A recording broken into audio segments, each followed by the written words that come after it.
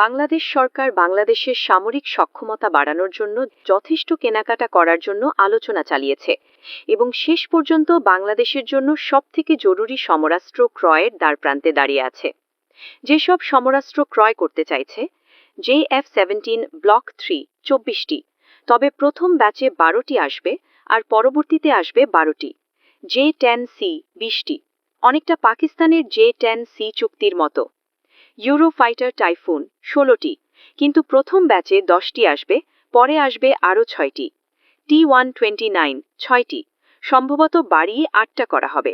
Black হক 6টি, এটি নিশ্চিত হয়ে গেছে। KSS-2 সাবমেরিন 6টি।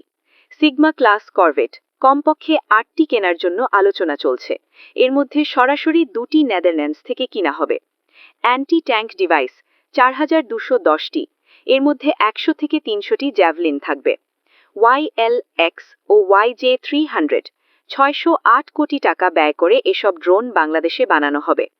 খালিদ বিন ওয়ালিদ আপগ্রেড 650 কোটি টাকা ব্যয় করা হবে এর জন্য।